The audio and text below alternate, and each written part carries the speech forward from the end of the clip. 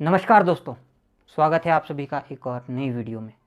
दोस्तों, जैसा कि आप सभी जानते हैं कि 14 जून 2022 को सरकार ने एक नई स्कीम की घोषणा की है। इसका नाम अग्निपथ स्कीम रखा गया है और इस स्कीम के अंतर्गत अब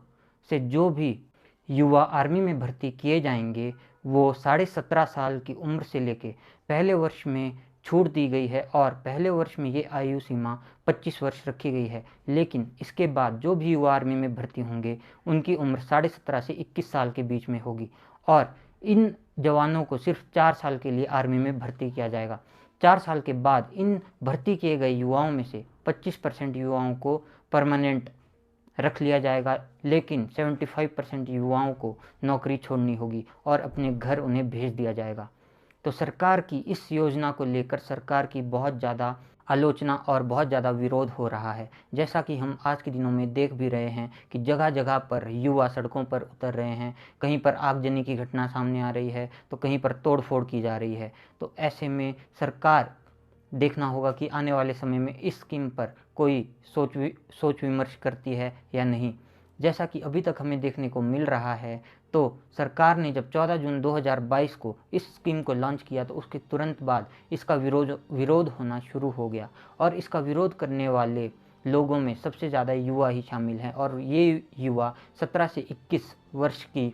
आयु वाले ज़्यादातर हैं, क्योंकि इन्हीं युवाओं को सेना में भर्ती किया जाएगा और पहले भी यही आयु सीमा निर्धारित थी अगर किसी भी व्यक्ति को सेना में भर्ती होना है तो। लेकिन अब जब अग्निपथ स्कीम को लॉन्च कर दिया गया है तो इसके बाद ये आयु सीमा 17.5 से 21 साल ही रहेगी, लेकिन अब 4 वर्ष के बाद जवानों को अपनी नौकरी छोड़नी होगी और अभी तक सरकार ने ये नहीं बताया है कि किस बेस पर वो 25% युवा रिक्रूट किए जाएंगे जो कि आगे चलकर परमानेंट होंगे।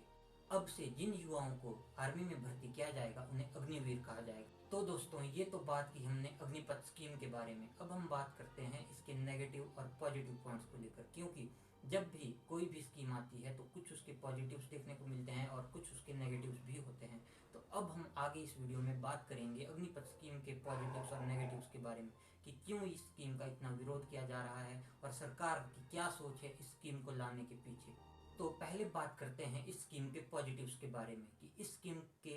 इम्प्लीमेंट होने के बाद क्या क्या पॉजिटिव्स हमें देखने को मिलेंगे। तो सबसे पहले पॉजिटिव की अगर हम बात करें तो इस स्कीम के बाद ज़्यादा लोगों को एम्प्लॉयमेंट मिलेगी, क्योंकि 17.5 साल से 21 साल के जवान जब 4 साल के बाद वो अपनी जॉब से रिटायर हो जाएंगे तो नए युवाओं को उनकी जगह पर भर्ती किया जाएगा और ऐसे में जब वो लोग अपनी पोस्ट से रिटायर होंगे तो उनकी जगह पर जब नए युवा आएंगे तो उन्हें रोजगार मिलेगा। और जैसा कि हमें अपने देश में देखने को मिलता है कि देशभक्ति की भावना हर किसी युवा में यहाँ हमें देखने को मिलती है, तो यहाँ पर ज़्यादा से ज़्यादा लोगों का अपने देश की सेवा करने का सपना पूरा होगा। और यही एक सरकार ने भी इस स्कीम का पॉजिटिव बताया है कि इस तरह का विजन सरकार का इस स्कीम को लेकर है और वो ज़्यादा से ज़्यादा युवाओं को एम्प्लॉयमेंट देना चाहती है इस स्कीम के थ्रू। दूसरा पॉजिटिव जो सरकार ने इसका बताया है वो है कि गवर्नमेंट पर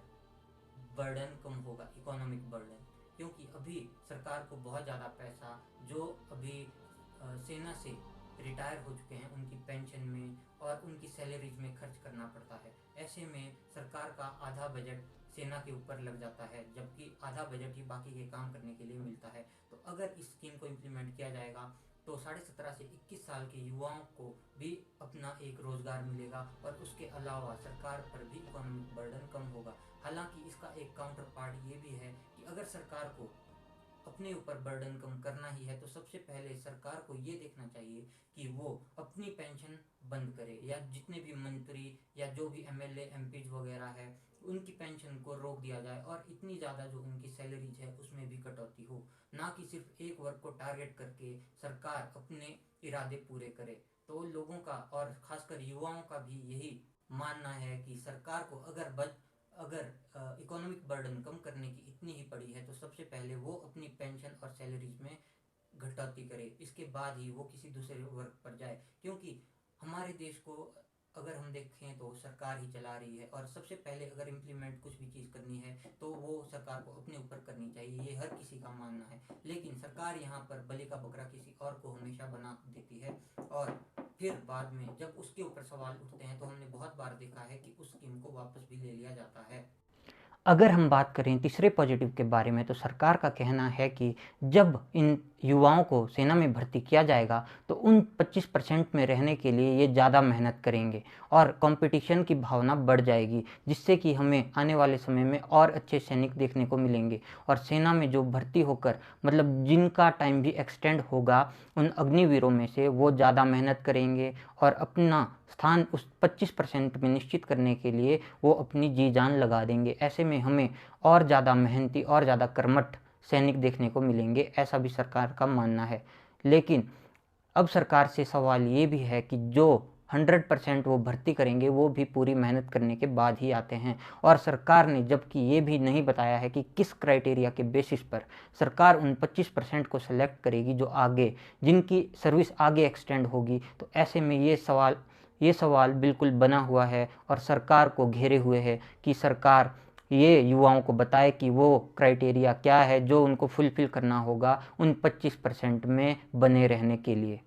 इसके बाद अगर हम बात करें इसके नेगेटिव्स के बारे में, तो जो सबसे पहला नेगेटिव पॉइंट इस स्कीम का है वो है कि 4 साल की सर्विस के बाद उन युवाओं के पास कोई भी जॉब सिक्योरिटी नहीं रहेगी, क्योंकि सरकार ने उनके लिए कोई भी ऐसी चीज़ अभी तक घोषणा नहीं की है जिससे कि उन्हें 4 साल के बाद भी जॉब सिक्योरिटी हो। और जब उन्हें जॉब सिक्योरिटी नहीं मिलेगी तो ऐसे में वो अपना 100% नहीं देंगे और उनके दिमाग में यही चलता रहेगा कि हम तो 4 साल के बाद निकाल दिए जाएंगे, तो हम इतनी ज़्यादा मेहनत क्यों करें, क्यों हम अपना 100% इस फील्ड में दें। बल्कि उनका ध्यान ज़्यादा इस बात पर रहेगा कि 4 साल के बाद हमें आगे अपने फ्यूचर के लिए क्या करना है, ना कि इस बात पर कि हम देश की सेवा करें और देश की सेवा के लिए अपना बलिदान देने के लिए भी तैयार रहें। बस उनके मन में अपने फ्यूचर को लेकर ही प्लानिंग चलती रहेगी और वो फील्ड में अपना 100% नहीं दे पाएंगे। इसके अलावा एक और नेगेटिव पॉइंट जो हमें इसका देखने को मिल रहा है वो है कि बहुत सारे युवा ऐसे होते हैं जिनका सपना सिर्फ और सिर्फ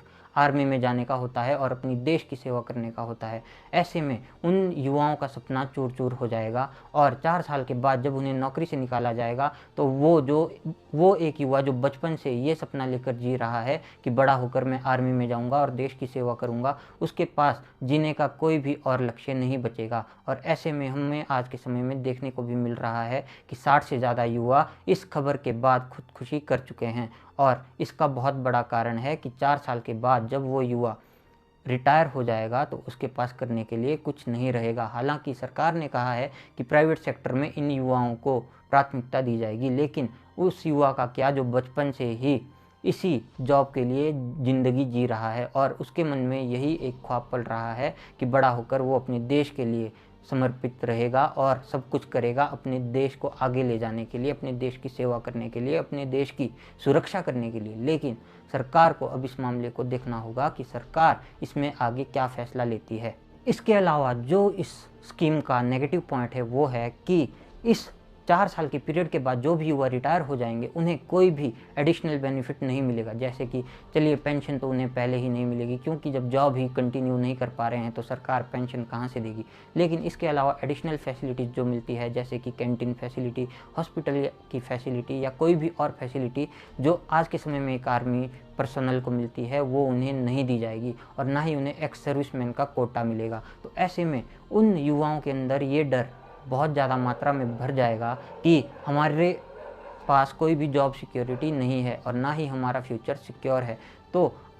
शायद हमें आने वाले समय में देखने को मिल सकता है कि जहां अभी आर्मी को लेकर इतना क्रेज़ रहता था युवाओं के बीच में कि मुझे आर्मी में जाना है, आर्मी में जाना है, अब शायद वो क्रेज़ उतना ना रहे और वो क्रेज़ धीरे धीरे कम हो जाए। और एक इल्ज़ाम सरकार पर यह भी लगाया जा रहा है कि आने वाले समय में सरकार आर्मी की भी प्राइवेटाइजेशन कर सकती है। तो अगर ऐसा हमें देखने को मिलता है तो कोई भी युवा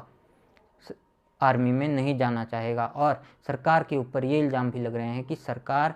जितनी भी नीतियां अभी तक लेकर आई है उनका विरोध ही देखने को मिला है। चाहे हम बात करें किसान बिल के बारे में, जीएसटी के बारे में या किसी भी और स्कीम के बारे में, तो युवा और इस देश के लोगों ने उसका विरोध ज़्यादा मात्रा में किया है। हालांकि सरकार ने बहुत सारी ऐसी स्कीम्स भी चलाई है जिसका फ़ायदा भी आम आदमी को देखने को मिल रहा है, लेकिन फिर भी एक इंसान जो अपने परिवार का पालन पोषण करने के लिए या एक इंसान जो अपने शौक़ के लिए आर्मी में जाता है, आज उसके पास इन दोनों में से कोई भी ऐसा कारण नहीं रह गया है कि वो आर्मी ज्वाइन करे। हालांकि शौक़ वाला एक एक चीज़ समझकर फिर भी आर्मी में जा सकता है कि चलो मैं 4 साल के लिए ही देश की सेवा कर लेता हूँ। लेकिन एक इंसान ऐसा भी है जो अपने परिवार की देखरेख करने के लिए या किसी भी और उससे जो अपनी पढ़ाई का खर्चा अफोर्ड नहीं कर सकता या जो आगे पढ़ लिख नहीं सकता था, वो भी आर्मी को ऐसा समझता था कि मैं आर्मी में जाकर अपना जीवन सेट कर लूँगा। लेकिन अब हमें ऐसा देखने को नहीं मिलेगा और ये एक दुर्भाग्यपूर्ण बात भी है। तो दोस्तों, अगर हम इस स्कीम को कंक्लूड करें तो जैसा कि हम सभी जानते हैं कि एक सिक्के के दो पहलू होते हैं, तो ठीक उसी तरह इस स्कीम के भी दो पहलू हैं। जैसा कि मैंने आपको बताया कि कुछ इसके नेगेटिव पॉइंट्स है और कुछ इसके पॉजिटिव पॉइंट्स भी है। तो अब ये एक इंडिविजुअल पर निर्भर करता है कि वो इस स्कीम को कैसे देखता है। कुछ लोग इसे नेगेटिव नज़रिए से देखेंगे तो कुछ लोग इसे पॉजिटिव नज़रिए से भी देखेंगे। लेकिन अगर मैं अपने शब्दों में इसे कंक्लूड करूँ तो सरकार को इसे एक बार दोबारा इस पर सोच विचार ज़रूर करना चाहिए, क्योंकि जब इतने सारे लोग एक साथ इस स्कीम को लेकर प्रदर्शन कर रहे हैं तो कुछ तो बात होगी जो उनके दिमाग में खटक रही है। इसलिए सरकार को एक बार इस स्कीम को लेकर विचार विमर्श जरूर करना चाहिए। इसके अलावा मेरा उन सभी भाइयों से भी अनुरोध है जो आगजनी और हिंसक प्रदर्शन में भाग ले रहे हैं, तो ऐसा कृपया ना करें। जो भी आप पब्लिक प्रॉपर्टी का विनाश कर रहे हैं या जो भी आप नुकसान पहुंचा रहे हैं, वो सिर्फ और सिर्फ सरकार का नुकसान नहीं हो रहा है, बल्कि वो एक आम पब्लिक का नुकसान भी हो रहा है। क्योंकि जो भी चीज़ें इस देश में बनाई जाती है या जो भी चीज़ें खरीदी जाती है, उसमें कुछ ना कुछ भागीदारी आप लोगों की भी है, हमारी भी है, हम सबकी है। क्योंकि पैसा सरकार ऐसा तो है नहीं कि खुद बना के छाप देती है। हमारा इंडिया की इकोनॉमी में एक बहुत बड़ा हिस्सा है जिससे कि ये सारी चीज़ें आती है, और हमारा पैसा व्यर्थ ना जाए इसलिए आप ये सारी हरकतें ना करें और शांतिपूर्वक प्रदर्शन करें, और जो भी आपकी मांगे हैं वो सरकार के समक्ष रखें, लेकिन शांतिपूर्वक ढंग से। तो अब मैं मिलूंगा बहुत जल्द आपसे अगली वीडियो में। तब तक के लिए आप सभी का इस वीडियो को देखने के लिए बहुत बहुत धन्यवाद।